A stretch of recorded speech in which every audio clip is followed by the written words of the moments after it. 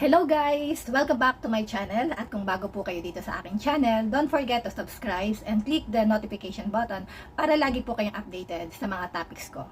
Alam niyo po ba na may bagong update ngayon si Meta regarding sa deletions po ng mga content natin like photos and videos na pinost po natin sa ating Facebook. Made some updates to how deleted contents affect your payout. Ano po ba talaga ang ibig sabihin nun? Sabi po dyan, we made some updates to how deleted contents affect your payouts. And content deletion affect payouts.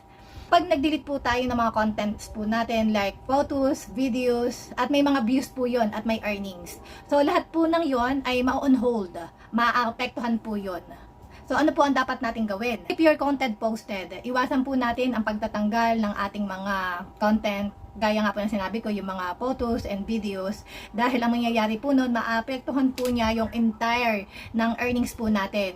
Ngayon, kung gusto po naman natin na tanggalin yon, bago po muna tayo magtanggal, mag-delete, kailangan po ay i-check muna natin. Baka kasi sa earnings natin, baka kasi may mga pending payouts po tayo na naandoon. Dahil may possible po na hindi po tayo makapag-payouts. Kasi siya ng pagbabago dun sa lahat ng ating earnings. So, thank you for watching and see you next time sa mga updates po. Bye-bye!